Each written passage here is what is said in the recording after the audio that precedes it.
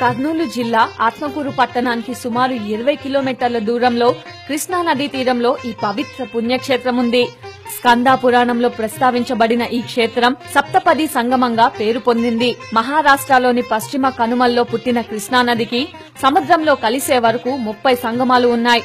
కృష్ణవేణి, తుంగభద్ర, భీమ, మలపాపహరిణి అనే నదులు కలిసి భవననాసి నదుల్లో కలుస్తుండడం వల్ల ఈ క్షేత్రం సప్తపది సంగమమైంది. ఈ ప్రాంతంలో దక్ష యజ్ఞం జరిగిందని, యజ్ఞం జరిగిన సమయంలో తండ్రి దక్షుడి చేత అవమానించబడ్డంతో సతీదేవి ఇక్కడ యజ్ఞవాటికలో మరణించిందని కథనం. సతీదేవి శరీర నివృత్తి జరిగిన స్థలం కనుకే ఈ క్షేత్రానికి నివృత్తి సంగమేశ్వరం అని పేరు వచ్చిందని పురాణాలు చెప్తున్నాయి. వనవాసం సందర్భంగా పాండవులు ఇక్కడికి చేరుకున్నారని విషయం తెలుసుకున్న ప్రజలు ధర్మరాజు వద్దకు వచ్చి నదీ తీరంలో శివలింగాన్ని ప్రతిష్ఠింపచేయాలని కోరారు. ఇందుకు అంగీకరించిన ధర్మరాజు సోదరుడు భీముడిని శివలింగ ప్రతిమకై కాశీకి పంపించాడు. ముహూర్త సమయానికి సోదరుడు రాకపోవడంతో వేప చెట్టుతో శివలింగాన్ని ప్రతిష్ఠించారు.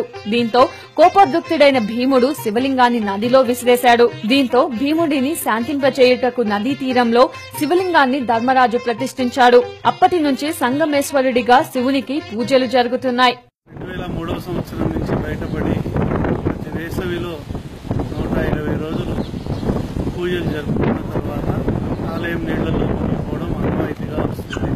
ఈ సంగమేశ్వర క్షేత్రానికి 2016లో వచ్చే కృష్ణా పుష్కరాలను వైభవంగా జరపాలని ముఖ్యమంత్రి నారా చంద్రబాబు నాయుడు గారికి మరీ విజ్ఞప్తి చేస్తున్నారు.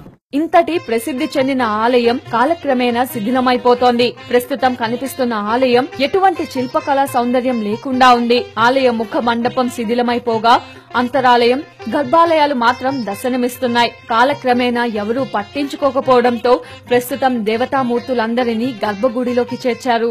సన్నది సంగమేశ్వరాలయం జూలై 25వ తేదీ ఆలయం సంపూర్ణంగా నీటిలో మునిగి వైశాఖ మాసం ప్రారంభం కాగానే 5 సోమవారాలు పూజలు చేసి 6వ సోమవారము స్వామి లలితా సంగమేశ్వర స్వామి కళ్యాణ మహోత్సవం నిర్వహిస్తున్నాము. సంగమేశ్వర గర్భాలయం అంతా కూడా శుద్ధి చేసి ఆలయం బయటపడింది మొదలు మునిగేంత వరకు 120 రోజులు ఉంటుంది. ఈ అమర్నాథ్ లాగా 6 నెలలు మంచులో ఉండి స్వామి బయటపడము, ఆ విధంగా ప్రకృతి నుంచి బయటపడి ఈ ఆలయము భక్తులకంతా కూడా దర్శనమిస్తుంది.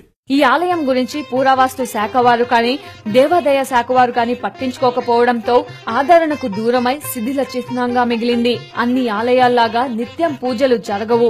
ఎందుకంటే ఆలయం ఎక్కువ రోజులు శ్రీశైలం ప్రాజెక్టులో మునిగి ఉండడమే కారణం. మార్చి లేదా ఏప్రిల్ నుంచి జూన్ వరకు ఆలయంలోని సంగమేశ్వరుడు పూజలు అందుకుంటాడు. ఈ సమయంలోనే దర్శించుకోవడానికి వీలుంటుంది. మహాశివరాత్రి సందర్భంగా ఇక్కడ శివునికి ప్రత్యేక పూజలు నిర్వహిస్తారు. గ్రహణం రోజున సప్త సాగరాలు అన్ని తీర్థాలు ఇక్కడికి చేరుకుంటాయి. అప్పుడు ఏ సప్త సింధుల్లో స్నానం చేస్తే తీర్థ సర్వసాగర స్నాన ఫలితం లభిస్తోందని భక్తుల నమ్మకం. అందుకే ఈ సమయంలో భక్తుల సంఖ్య ఎక్కువగా ఉంటుంది.